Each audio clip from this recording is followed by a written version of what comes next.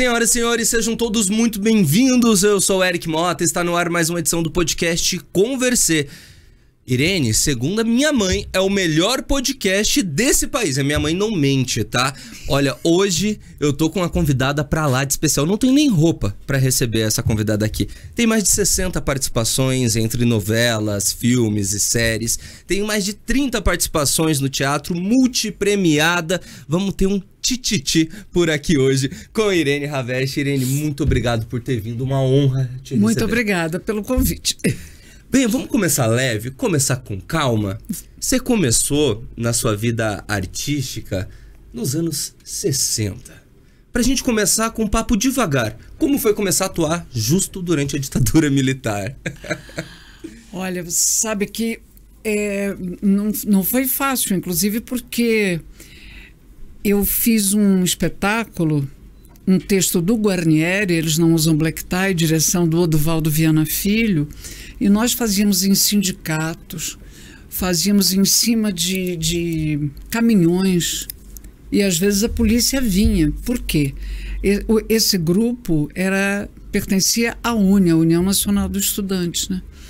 Então era um grupo muito visado. A minha mãe, quando soube que eu estava metida com essa gente... Essa gentinha das artes. A minha mãe me levou para fazer um eletroencefalograma. Ela falou, algo está acontecendo errado ali. Não pode ser. Eu botei minha filha para estudar piano na Escola Nacional de Música.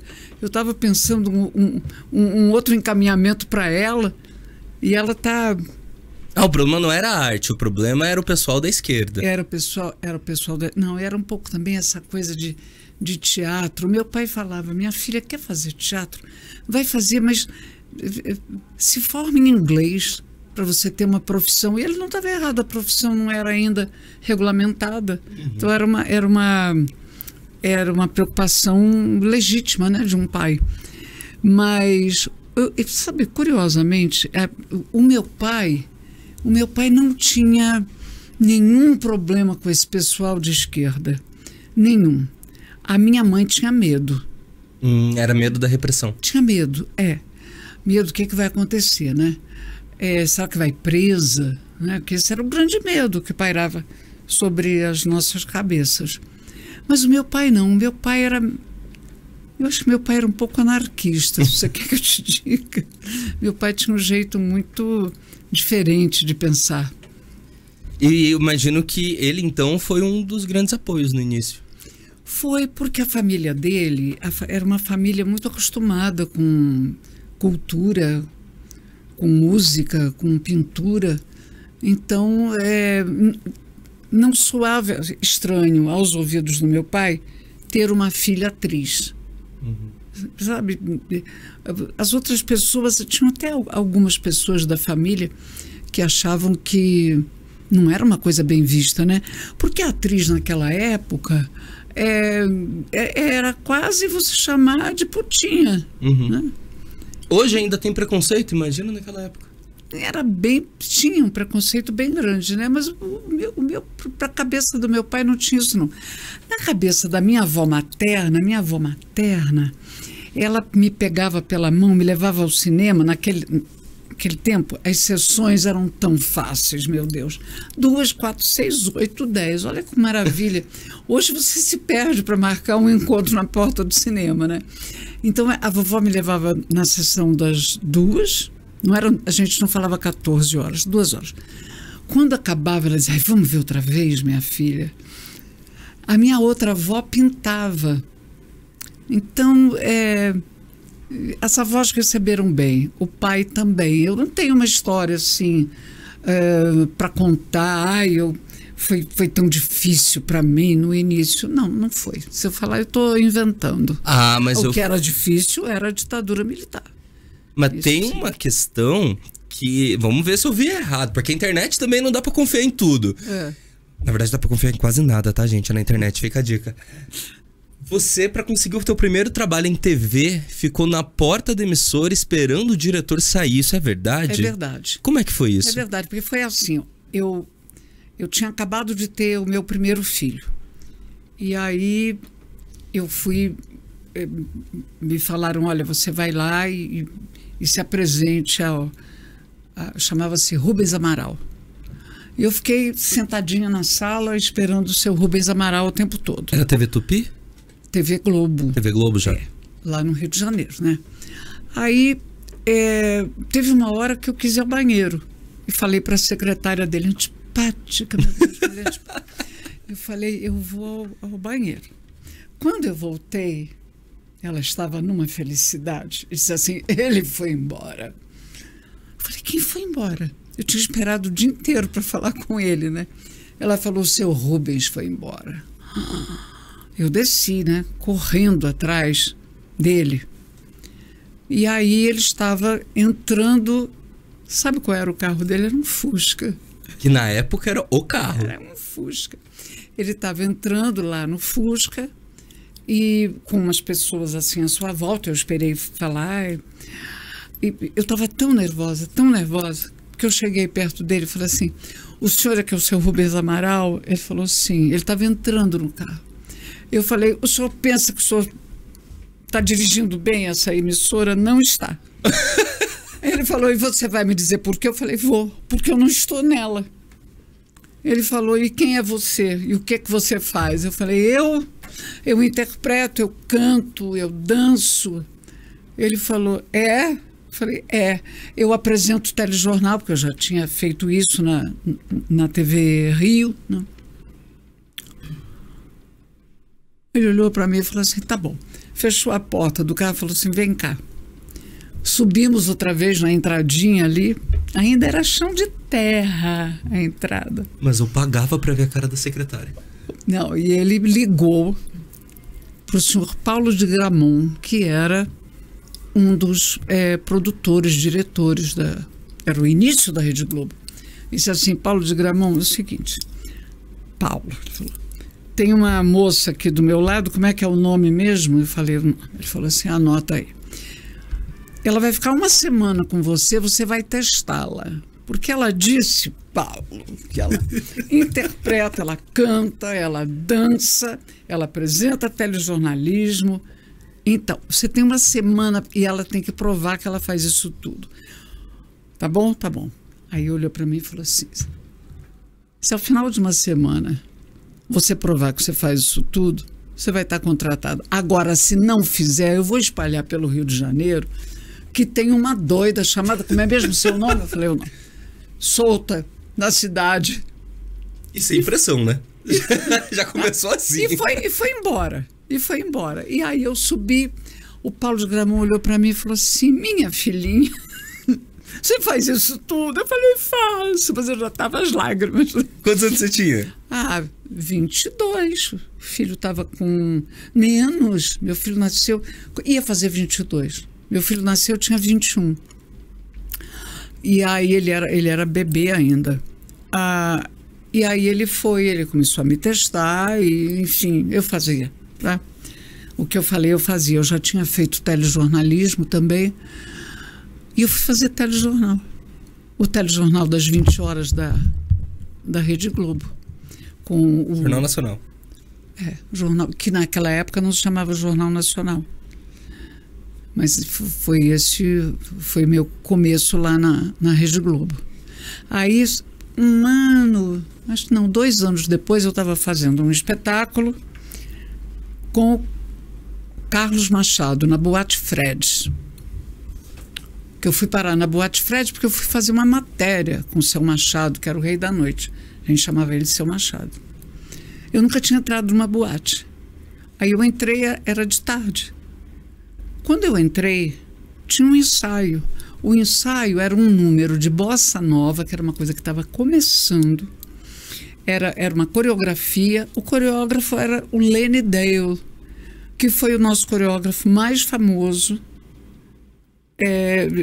desse tipo de coreografia ligada à bossa nova. Enfim, o Lenny criou os Dizzy Croquettes e tal. Eu vi aquilo, eu fiquei tão fascinada com aquilo que eu estava vendo, e junto com o cinegrafista, né? Aí, Seu Machado terminou lá o ensaio, veio, eu fiz a entrevista com ele, e aí eu perguntei para ele, como é que eu faço para trabalhar aqui? Ele olhou para mim e falou assim, não, como você faz? Não. O que eu faço com a moça séria do telejornal? E eu falei, eu não sei, mas se tiver alguma coisa para fazer, eu vou gostar. Aí ele olhou assim para mim, pegou o telefone e ligou para um homem chamado Chianca de Garcia. Chianca de Garcia, ele, além de ele era mais escritor que jornalista. E ele falou assim, o Chianca, é o seguinte, eu estou aqui com uma moça, aquela moça do telejornal, como é seu nome, minha filha? Eu falei, então, ela disse que ela gostaria de trabalhar aqui no show.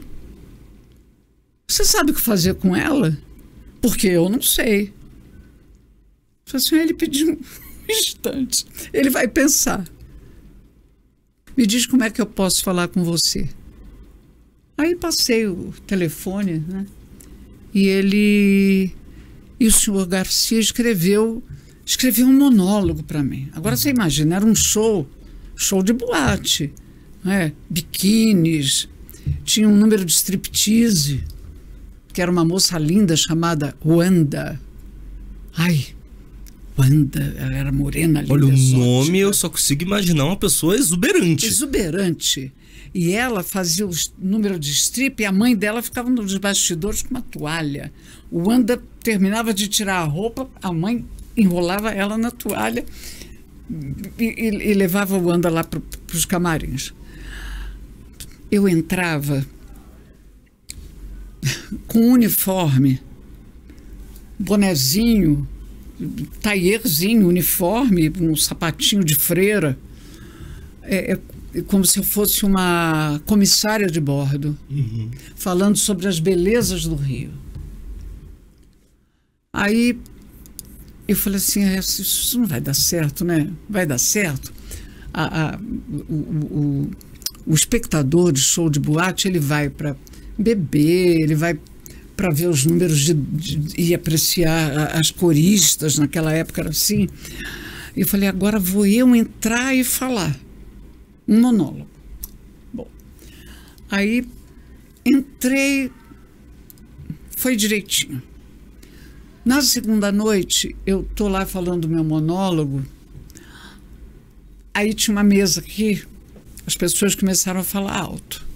Eu falei, não vai dar certo isso não. Aí eu parei e fiquei olhando para eles. Aí eu via com o rabo do olho o diretor de cena fazendo assim para eu tocar. Eu falei, eu não vou tocar nada, alguém tem que calar a boca aqui, né? Jovem, toda audácia na caixa do peito, dona do mundo. Exatamente. Aí eles ficaram quietos. Aí eu continuei. E aí eu fui fazendo, e o seu Machado falou assim, eu vou dar outro número para você. Vou dar mais um outro número. Aí eu tive um número com um paranaense, com o nosso ator, que está com 91 anos, o Ari. Ari Fontana? Ari Fontoura. Fontana. Ari Fontoura. Nós fazíamos um número assim, baseado no musical Irma La Dulce. Eu fazia uma prostituta e ele era o cliente. E não tinha falas, era tudo por mímica. E ele meio que barganhava o preço dela, né? E o número deu super certo, as pessoas acharam assim na graça naquilo e tal. E aí o seu Machado disse, vou dar outro número para ela. Escreveu lá outro número. Aí escreveu um outro número. Ele falou assim para mim, você canta? Lógico. A melhor cantora que já existiu nessa terra. Bom, ele falou, o que você poderia cantar? A Brigitte Bardot, nosso símbolo sexual da época, na década de 60, ela tinha gravado uma música. E eu falei, eu posso cantar uma música da Brigitte Bardot. Ele falou, você vai cantar uma música da... Eu falei, vou. Bom, então, mini saia curtinha, um bonezinho outra vez, porque ela era francesa, né? Vestidinha direitinha, eu sentava num banquinho e cantava. Chamava-se Les Vieux Amis de la Musique. Eu acho tão chique quem fala francês. Eu mal falo português, acho tão chique quem fala francês. Chique. Não, mas eu não falava. não falava. Aliás, não falo, mas, bom. E aí eu cantava. Aí o seu Machado chegou e falou assim para mim: você sabe que você é a pessoa que mais tem número nesse show? Eu falei, é. Ele falou, eu não sabia o que fazer com você. E agora você é a pessoa que mais tem números aqui nesse show. E foi uma experiência fantástica. Quem apresentou a Rogéria ao Carlos Machado fui eu. Porque a Rogéria chamava-se Astolfo, ela era maquiador na televisão, e eu falei assim, seu Machado, tem um rapaz, o senhor não sabe o que ele faz quando ele se veste de mulher. Eu não tô lembrando, quem que é? Desculpa. A Rogéria foi a nossa grande vedete, travesti, né? Nessa época era assim que se chamava, não é? Foi a Rogéria. Eu acho que a Rogéria foi a mãe de todas essas atrizes que são travestis. Sim. Ela foi a grande precursora. E você tem um dedinho ali. Eu tenho. Que legal. Eu tenho, porque ela era meu maquiador. Uhum. Mas ela fazia os números. E eu achava que ela tinha um talento. Eu falei, Rogério, eu vou te apresentar para o Carlos Machado. Vai, bicha, você vai me apresentar? Vou te apresentar. E aí apresentei para o Carlos Machado. E aí foi aquela coisa maravilhosa, porque ela era um espetáculo, né? Cantava muito bem. Você apresenta aqui em uma certa rebeldia, uma certa potência, uma mulher que sabe para onde veio. Isso na juventude se manteve? Porque assim, eu só tô com 32 anos, mas eu sinto que parte daquela coisa de não, eu faço, a gente vai perdendo um pouco, vai cansando ou não? Vai cansando, mas tem determinadas coisas que não é que você queira fazer, não tem como não fazer. A gente passa também a aceitar, entendeu? Né? Não, você passa a aceitar, você vai se acomodando, mas tem determinados momentos ou determinados embates que por mais que você não queira, você acaba se envolvendo. Ah, sim. Entendeu? Isso independe da sua idade. Você vai talvez com menos força, né? Mais pé no chão. Mais pé no chão e também, eu estou demorando para entrar nessa briga, olha como eu estou demorando. Mas aí não é que você entre, a briga não deixa você de fora, entendeu? Ela vai lá e te puxa. Aconteceu uma coisa comigo muito legal. A situação foi triste, que foi em novembro de 2022, teve um deslizamento aqui no Paraná. Eu trabalhei, na época eu estava na rua ainda como repórter, hoje fico mais na redação, cobri a Assembleia Legislativa do Paraná, voltei, 8 e pouca da noite, fui bater o meu ponto para ir embora. Nesse momento a chefe, Paulinha, um beijo Paulinha, olhou e falou, Eric, não bate, porque teve um deslizamento na 376 e você vai ter que ir lá cobrir. Eu falei, tá, então vamos, né? Jornalista não tem hora. Vambora. E aí nisso eu peguei o celular, eu vi que pela 376 tava muito difícil, que é uma das vias que dá no litoral do Paraná, que já tava tudo trancado. Eu falei, cara, a gente não vai conseguir chegar nem perto. Olhei uma rota alternativa pela 277, que é outra via que dá no litoral do Paraná, dava boa. Fizemos essa volta um pouquinho maior, tem que passar pela balsa e tal. Chegamos lá, fechou a 277 também. Pouco depois que a gente desceu, ficamos ilhados no litoral do Paraná. Eu e um cinegrafista. E o cinegrafista não tinha levado o Mochilink. Pra você que não sabe, o Mochilink é um equipamento que manda o sinal e consegue transmitir ao vivo o que tá acontecendo. A gente chama de Mochilink. E lascou, né? Estamos presos. No momento histórico, até então a informação que tinham 50 pessoas soterradas, não era, graças a Deus. Infelizmente morreram as 4 pessoas. 4 pessoas, 10 veículos envolvidos. Mas essa informação de 50 porque um ônibus tinha sumido das câmeras. Aí acharam que o ônibus estava lá embaixo, mas ainda bem que não estava, ele tinha conseguido passar. Só que as câmeras não registraram pelo mau tempo. E só tinha eu lá embaixo, um cinegrafista sem equipamento de transmissão. E agora? Como é que faz? A chefia ficou chateada que a gente estava sem equipamento, com razão.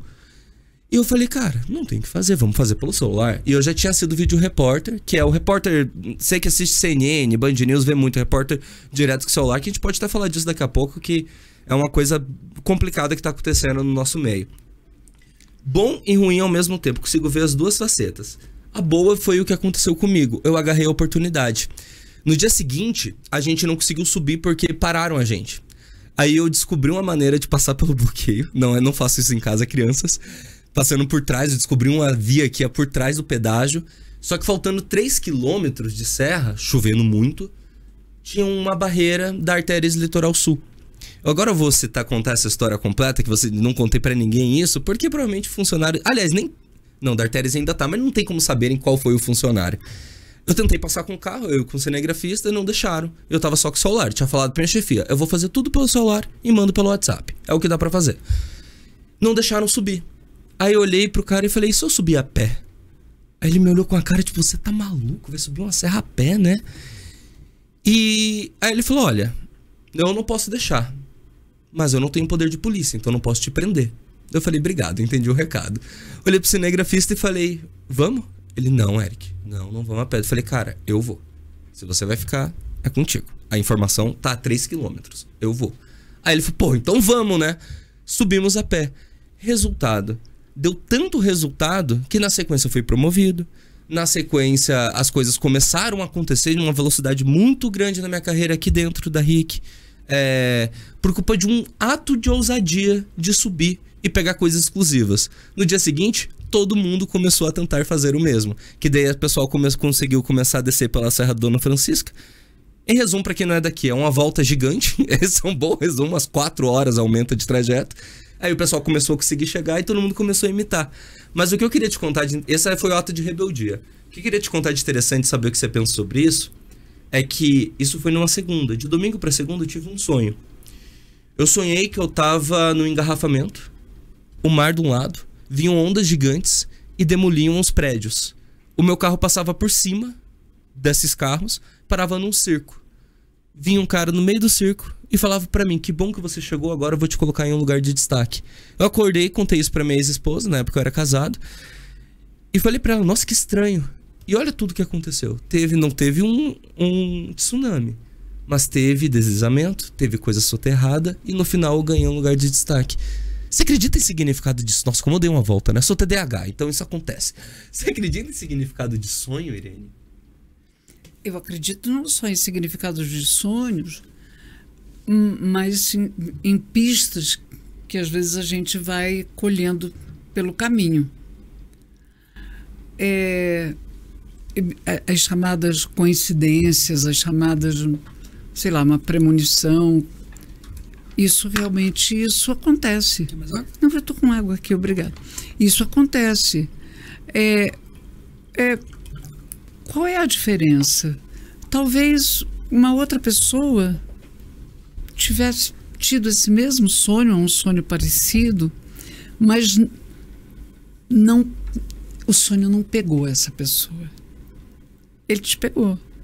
Você deu importância a ele, né? Você ficou com aquilo.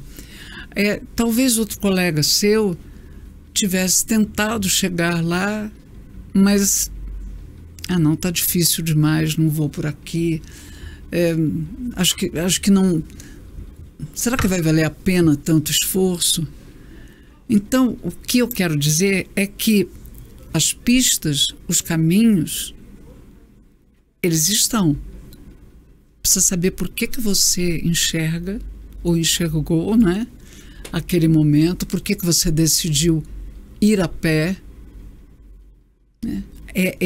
Essa decisão é que eu não sei, mas que isso é o diferencial da pessoa. Isso é teu, não é? Isso é o teu diferencial.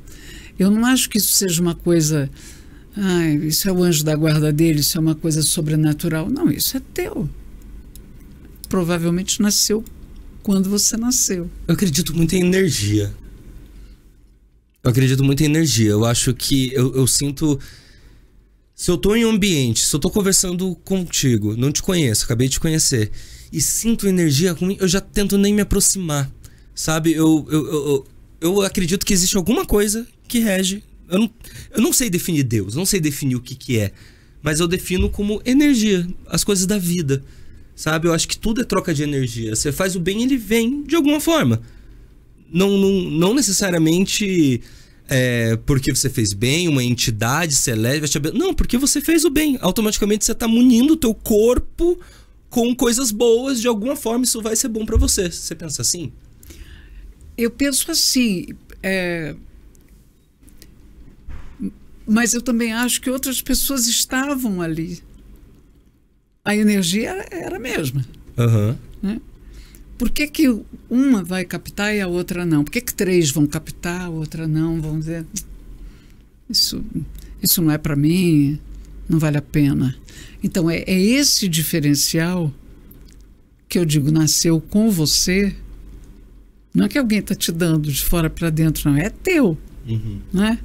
É isso que nos distingue, não é mesmo? Eu acho que eu tenho um problema que é uma benção ao mesmo tempo, que é justo o TDAH que eu citei agora, o transtorno de déficit de atenção e hiperatividade. Por eu ser muito hiperativo, muito ligado no 220, tem coisas que eu faço, tem coisas que eu me atrapalho, eu confundo o nome, confundi o nome, eu anotei. Calma, que eu anotei porque eu me conheço, sabia que esquecer... Eita, calma que eu passei um monte de coisa aqui na frente. Da Andréia, a assistente que tá aqui, a assessora. O Maximiliano eu sei porque eu decorei faz tempo, assessor também, do Festival de Teatro de Curitiba. Mas, ao mesmo tempo que é um problema, a hiperatividade ela acaba me levando pra fazer muitas coisas ao mesmo tempo. Quando eu tava na Band, lá em Brasília, João, é a segunda vez que eu fico citando a concorrência, que vai dar pra chefia, desculpa. Mas quando eu tava naquela outra emissora, que ninguém sabe qual, lá em Brasília... eu lembro que a chefia de São Paulo sempre falava pra mim, Eric, você é o repórter que mais entra ao vivo na Band News. Porque pra mim não faz sentido ficar quieto, sabe? Não faz sentido. Então assim, se eu tinha que... Eu fiz um link agora, o próximo é daqui a 1 hora. Eu ficava caçando assunto, falava, gente, já consegui mais um. Gente, consegui um documento. Gente, consegui um PL. E eu ficava assim. Então, eu acho que sim, tem muito de mim também. Tem. E você tem uma estrela boa, né? Porque você... Olha, não é fácil a pessoa ser assim. Não é? Não. E você está usando a teu favor. Algumas pessoas são assim e não usam a favor delas, né? Se embananam e vão ficando meio destrambelhadas e tal. Então... é o seu talento. Você parece ser muito intensa também na vida, assim como eu. Eu sinto que você é intensa. Você é intensa até no sentir? Mas não tem graça se não for, né? Eu acho que não tem graça. É bom ser assim. Não é que é bom. Eu não sei se de outra forma. Às vezes é um peso, né? A intensidade. Porque você precisa saber assim o que é teu, o que é do outro, né? Isso demora um pouco. Né? O que é a tua agenda pessoal, qual é a minha, né? Uhum. Não, isso aí é dele. Mas mesmo assim, até intelectualmente, você sabendo, tem determinadas coisas que eu, se vejo que um neto não está bem, eu não posso ficar bem. Eu posso entender que isso seja uma coisa dele, mas eu não fico bem. Acho que eu e qualquer avó, qualquer pai, qualquer mãe. Né? O problema é que eu sinto muito. Eu sinto que eu sinto mais. Tô tratando isso na terapia. Eu sinto que eu sinto mais do que eu deveria, sabe? Por exemplo, acontece uma situação. Aconteceu uma situação, eu acabei sendo grosseiro com uma pessoa. Aquilo vai ficar me martirizando. Às vezes eu perco noite de sono. Meu Deus, como eu fiz... Entende a intensidade, quer dizer? Mas você não vai isso lá eu e amo. pede Eu desculpa. amo muito. Sim. Então, pede desculpa. Porque senão eu não durmo. Não, é porque é bom. Faz bem. Faz bem pra você e faz bem pra outra pessoa pedir desculpa, porque a vida é muito curta, né? Você sabe que esse texto da André Bassiti, todos os textos que eu fiz na minha vida, as pessoas me deram o texto, eu li e falei assim, vou fazer esse espetáculo, vou fazer esse texto por causa desse momento, né? Então, cada um teve essa particularidade. Quando eu li o texto da Andréa Bassiti, tem uma frase dela que eu falei, vou fazer esse texto para dizer essa frase, porque tem muito a ver com o que eu acredito.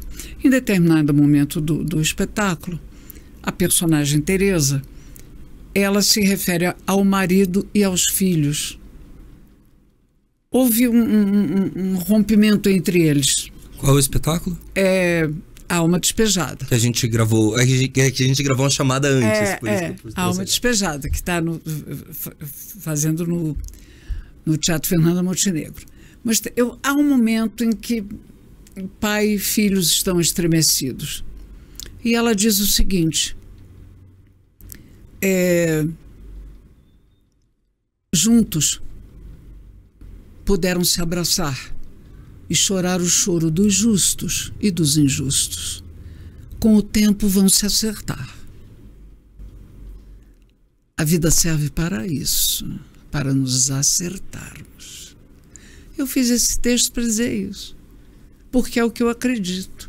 A gente precisa se acertar, porque a gente não sabe se a gente vai acertar esse passo em outro momento. Não é? A gente não tem assim, não, mas dá um tempo que vai dar. Então, é para a gente se acertar. Pelo menos a minha vida serve para isso. Eu quero me acertar, sabe? Eu quero me acertar com as pessoas que estão à minha volta. Com o tempo, eu fui ficando mais paciente, fui ficando mais tolerante. A idade não é possível que a idade te tire tudo, né? Vai tirando, vai só marcando, não vai te dar nada, não. Então, ela foi me dando isso. Agora, não é o tempo todo. Tem momentos que eu fico bastante revoltada, sabe? Bastante de saco cheio de algumas situações, mas que eu quero me acertar. Eu quero. Nossa, isso é muito profundo. Não, você sabe, você acha? Eu acho. Eu acho que... Sabe por quê? Porque as pessoas só vivem, Irene. As pessoas, elas só vivem, elas só pensam nelas. O Criolo tem uma frase que ele fala: as pessoas não são más, elas só estão perdidas. Criolo, perdoa a minha audácia. Você é um semideus na arte pra mim. Porém, eu acho que não. Tem gente que é mal. Ah, tem. E é por isso que eu acho isso profundo. Porque pessoas... Eu costumo falar que eu quero encontrar na vida pessoas de verdade. E essas são raras. Pessoas de verdade. Pessoas, seres humanos mesmo. Eu não encontro muitos por aí. Não sei se eu que estou muito exigente. Isso já não vou saber te falar. Porque às vezes essas pessoas chegam em momentos que você não está esperando, de uma pessoa que você não está esperando. Ela chega e ela te traz uma coisa que, enfim, que te abraça, que te envolve. Isso aconteceu recentemente na minha vida. Ganhei uma nova amizade exatamente assim, de alguém que eu nunca esperava. E foi assim. E é isso que eu te falei da intensidade. Quando eu conheço alguém que eu falo, caramba, é uma pessoa boa mesmo, pronto, falo todos os dias da minha vida. Pergunto como é que tá, se dormiu, acordou bem, tá feliz. Você tá feliz? Não é só tá bem, você tá feliz. É intensidade na vida. Eu acho que... Eu tenho um amigo, Irene, o nome dele é W. Ele é músico, doutor em economia, e ele tem uma frase sobre tudo isso que a gente tá falando, intensidade, pessoas boas, pessoas ruins, que ele fala numa música dele: poesia na vida até o trem partir. Você acha que é possível manter poesia na vida o tempo todo? O tempo todo, eu acredito que não. Não, também como não é... Não, olha aqui. Eu vou reformular. É possível levar a poesia na vida até o trem partir? Até o fim da vida? Mas acho que vai ter altos e baixos aí. Esse trem, tem uma hora que esse trem vai ter que parar para colocar, enfim... carvão no trem. Estou pensando no Maria Fumaça. Não, tem uma hora que tem altos e baixos, não é o tempo todo assim. Uma vez me perguntaram, eu sou casada há 52 anos. Uma vez me perguntaram, mas você e o seu marido mantêm aquela intensidade? Eu falei, não, nós estaríamos mortos. Não é? Não tem coração que aguente. Não, a intensidade da paixão por 52 anos. Dá, né? Nem corpo, nem coração, nem corpo. O João tá chorando de rir aqui atrás das câmeras. E aí, então, é a mesma coisa, né? Mas que é... Olha, quando você vai ficando mais velho, você tem dois caminhos. Ou você vai ficar generoso com a vida, com você, ou você vai ficar achando que a vida ali é devedora.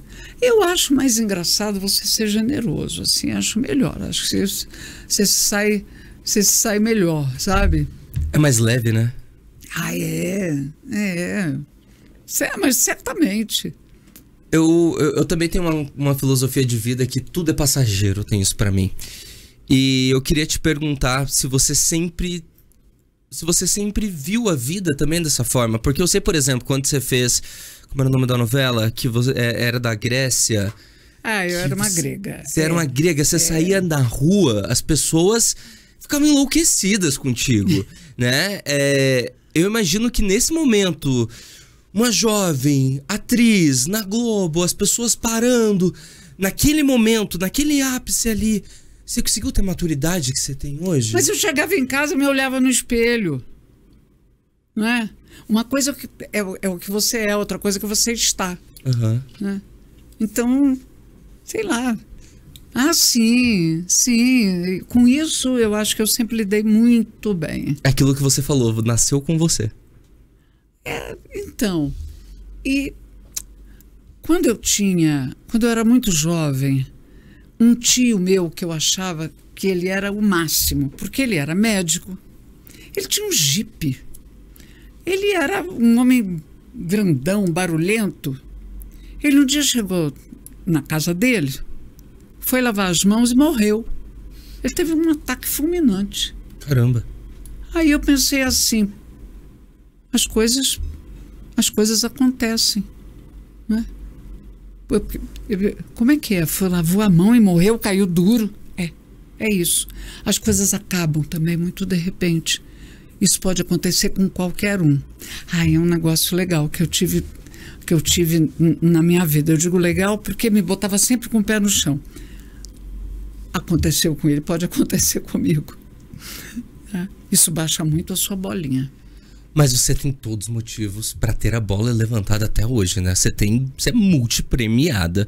Mas como que você fez Tititi, fez todas as novelas, e todas é exagero, mas a maioria das grandes novelas da teledramaturgia brasileira, um dia olha, não sei se foi uma decisão sua e fala, eu vou sair um pouquinho pra fazer teatro. Você tá mais focado no teatro, né? Tô correto nesse momento?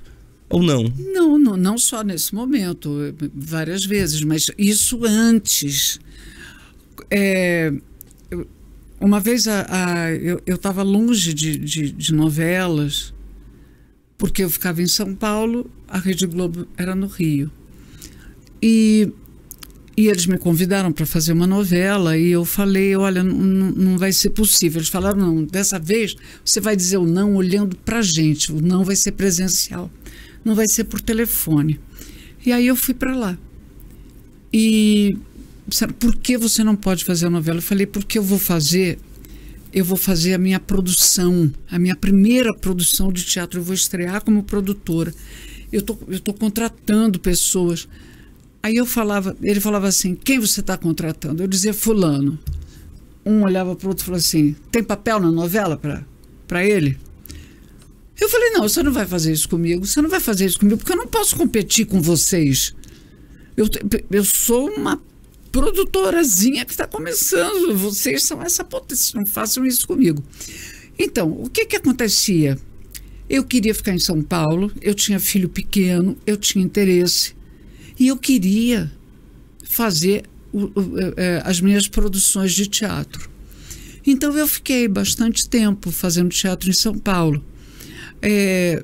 Aí teve o filho menor, já estava maiorzinho, eu falei assim, agora dá para ir fazer uma novela, que foi em 82, quando eu fui fazer Sol de Verão.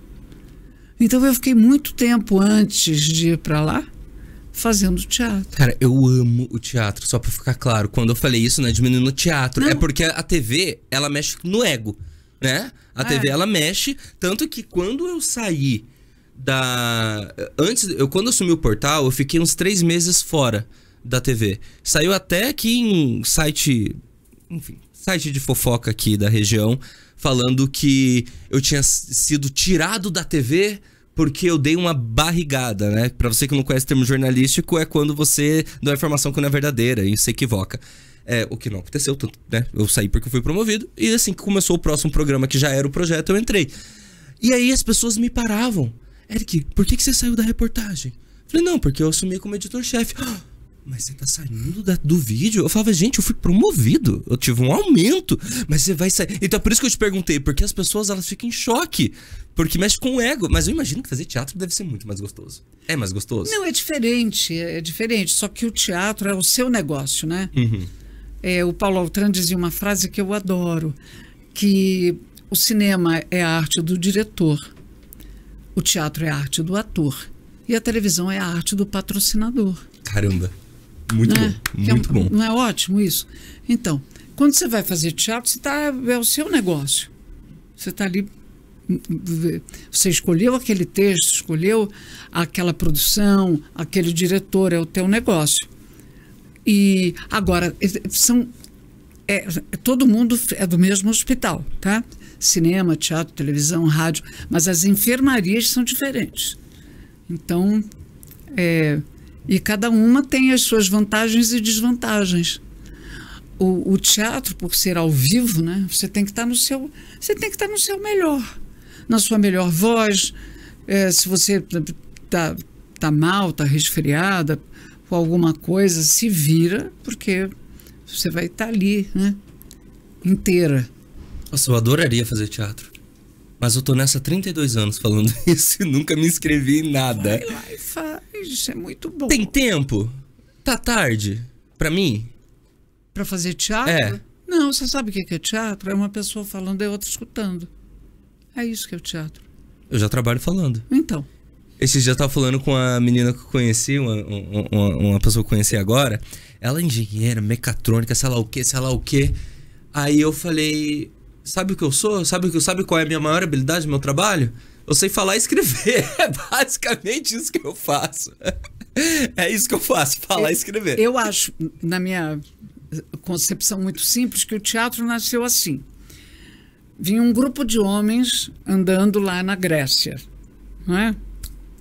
Aí estavam conversando, aí um deles quis defender mais a sua ideia, ele quis colocar mais ênfase. Ele subiu numa pedra para que ele pudesse ser mais visto, né? As outras pessoas pararam para ouvir o que ele estava falando. Alguns começaram a dar um contraponto. Nasceu o primeiro coro grego daí, né? Mas ele ficou sendo corifeu. O corifeu é o ator, né? É o principal. Eu acho que o teatro é isso. O teatro, você vai para um encontro, é uma celebração. Sabe celebração de missa, por exemplo? Né? Tá lá o padre, tem ali. O teatro, ele tem um pouco. As pessoas saem de suas casas.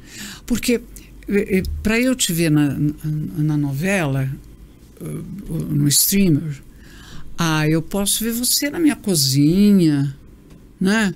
Fazendo outra coisa. Eu paro, eu levanto, vou ao banheiro, volto como um sanduíche.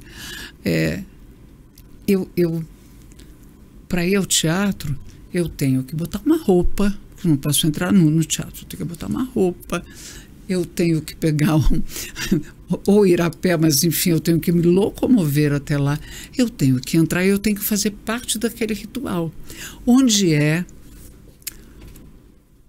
existe um acordo tácito entre quem está no palco e quem está na plateia. O acordo é esse.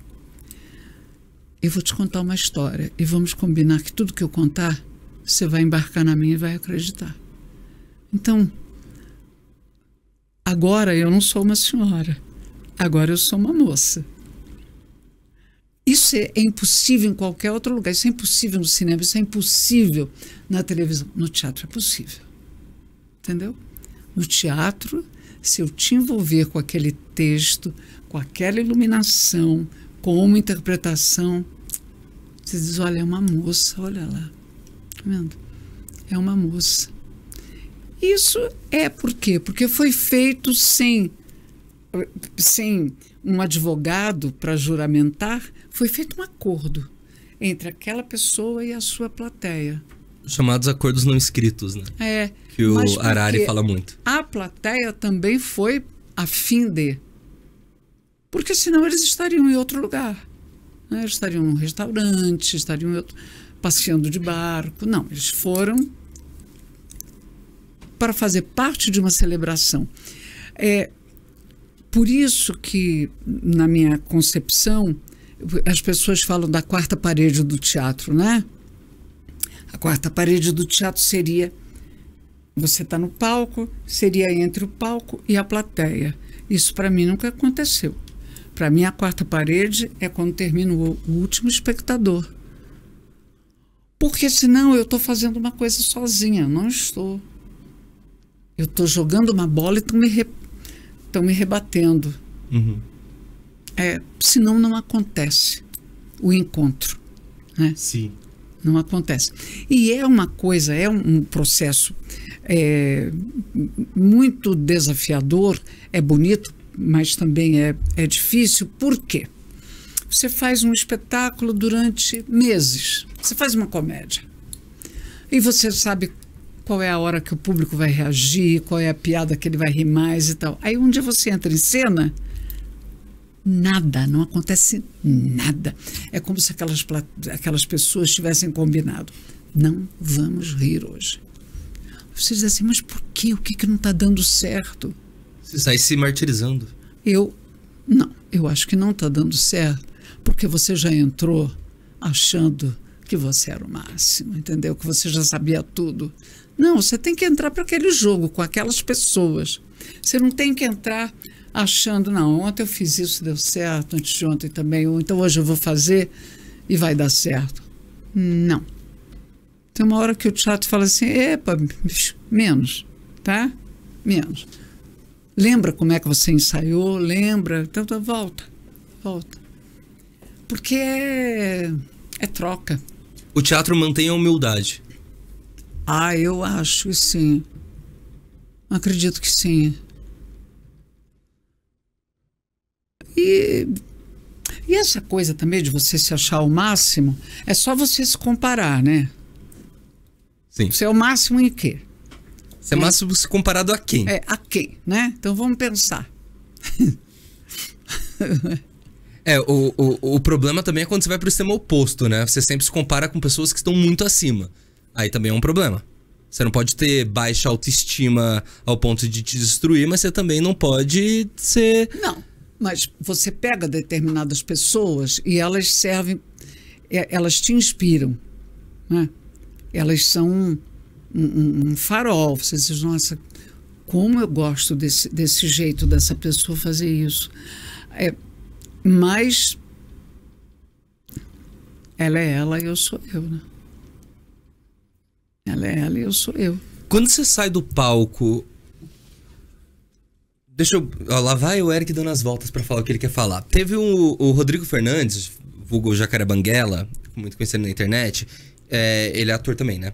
E ele falou uma vez em um podcast que a pior coisa que tem pra ele é quando ele sai do palco, sai do teatro lá com os melhores do mundo, vai jantar no restaurante do patrocinador, todo mundo parando pra tirar autógrafo, e que quando ele entra no quarto, fecha do hotel e fecha a porta. Ele falou que ali bate uma tristeza, uma solidão, uma coisa, porque parece que toda a energia foi. Você sente isso, assim? Porque você joga tanta energia? Não. Você fica...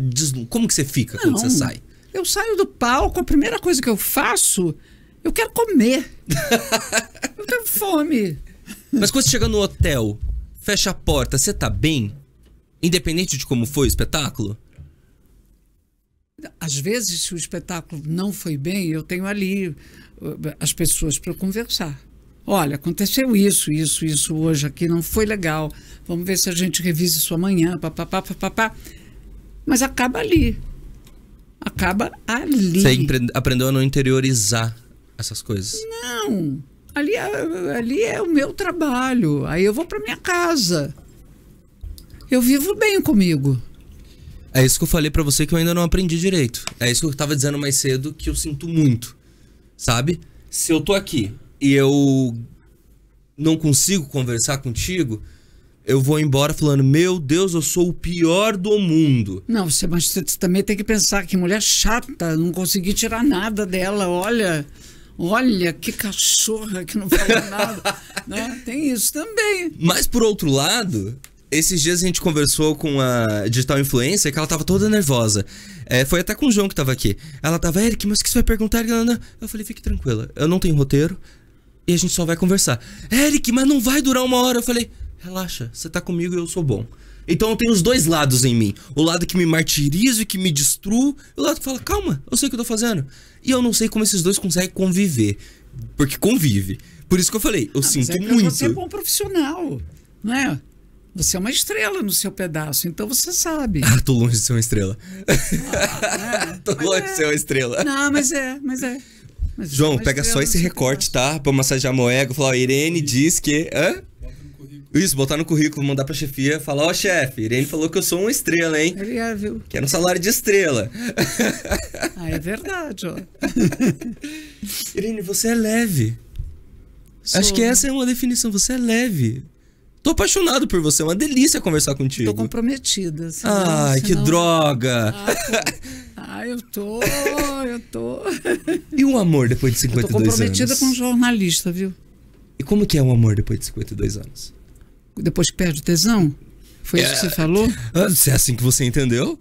Entendi, não, porque aquele tesão que eu falei, que você fica ali na UTI tomando Viagra. Ah, tá, viu, sogro? Você foi menos... Ele vai mudando. Você foi mais culta. Ele vai mudando de cara. O amor vai mudando muito de cara, porque senão não dá para continuar. Primeiro, tem que ser bom para os dois. Uhum. Né? Você não dança tango sozinho. Eu acho que não teria a menor graça dançar um tango sozinho. Então tem que ser bom para os dois. Tem épocas que está sendo melhor para um. Uhum. Tem épocas que está sendo melhor para o outro. Mas, pelo menos no meu caso, ainda é a pessoa com quem eu gosto de, ao final do dia, me deitar? Às vezes, tudo foi mudando, né? Tem... outra coisa também, é a pessoa com quem eu gosto de ficar em silêncio? Eu ouvi uma frase esses dias. É bom ficar em silêncio. É bom, muito bom. Que você descobre que você ama de verdade quando você senta na mesa pra almoçar e o silêncio te deixa feliz. No sentido, você não fica incomodado porque está um silêncio. Você está melhor, você fica feliz até com o silêncio daquela pessoa. Porque o teu também, né? Porque o teu também tá bom, as coisas estão em paz. Aí, de repente, briga-se por causa de uma bobagem. Mas, nossa, mas é uma bobagem. E aí você diz assim, não, mas essa bobagem pela qual nós estamos brigando, ela representa 0,8% perto de toda a relação, né? Eu acho que eu tenho uma relação, na maior parte das vezes, divertida. Isso é importante. Nossa, divertida. Eu já me diverti muito com meu marido. E ele comigo. Aí, um monte de perrengues que a gente já teve e às vezes continua tendo. Mas, essa é uma frase dele. Ele diz assim: qual é o melhor programa? Ainda é Nós Dois na Cama? Mas esse na cama... Sim, não é sexual necessariamente. Foi sendo substituído, né, por uma série de coisas. Então, ainda é o melhor programa? Sabe? Agora, não é que esse melhor programa acontece todos os dias, todas as tardes e todas as noites. Não. Não, às vezes a gente briga e briga mesmo. Opa! Eu fui casado por 8 anos e uma coisa que eu me orgulho muito é que do início ao fim, eu e ela, nós mantivemos um pacto. Nunca vamos nos desrespeitar. E foi assim do início ao fim. Até o dia que eu resolvi sair de casa. A gente nunca faltou com respeito. Acho que esse é o básico, sabe? É o básico que as pessoas não entendem. Nunca teve um xingamento, nunca teve um grito, nunca teve uma troca de ofensas. Nossa, lá teve muita, lá minha casa tem muito. E como que você supera? Porque eu acho que tanto um quanto o outro sabem que aquilo é... Não, ele é muito mais educado que eu. Muito mais. É uma coisa... Tô imaginando um lord inglês agora. Ele sabe que eu preciso falar aquelas coisas. Ele não leva muito a sério. Ah, não interioriza. Ele não leva muito a sério. Que ele sabe que aquele momento tá falando sobre o seu sentimento e não sobre ele. Não, sabe? Ele não leva muito a sério. Mas desde o início foi assim. Desde o início. Quando eu o conheci, eu achei que eu já tinha sido casada, eu tive um primeiro casamento, né? Eu achei que eu devia contar para ele toda a minha vida, o que eu tinha feito, o que eu não tinha feito, com quem, enfim. Aí eu estava lá naquele dossiê, ele olhou para mim e falou assim, é a cara dele, né? Falou assim, ainda vai demorar muito, sabe por que eu estou perguntando? Porque eu pensei que a gente podia pegar agora um cinema na sessão das 8. Falei, eu vou pro cinema. Eu quero mais ir pro cinema, né? Aí, enfim, a nossa vida tem sido uma vida, acho que bastante estimulante. Mas às vezes você não lida só com as tuas coisas e a coisa do teu parceiro, da tua parceira. Tem as coisas que vêm de fora, né? Sim. Que cai um balde na tua cabeça, depois você é atropelada por um bonde, que você diz assim, mas não, ainda existe bonde, eu fui atropelada por um bonde, né? Os planos de vida mudam. Foi o meu caso. E a gente foi achando que valia a pena. Teve uma época que a gente ficou um tempo separado. Não, vamos dar um tempo, aí ficamos um tempo separados. E aí, menino, a gente voltou. Sabe como é que a gente voltou? Eu estava viajando, eu estava em Paris. Ele é jornalista, né? Então eu liguei para o Jornal da Tarde e atendeu.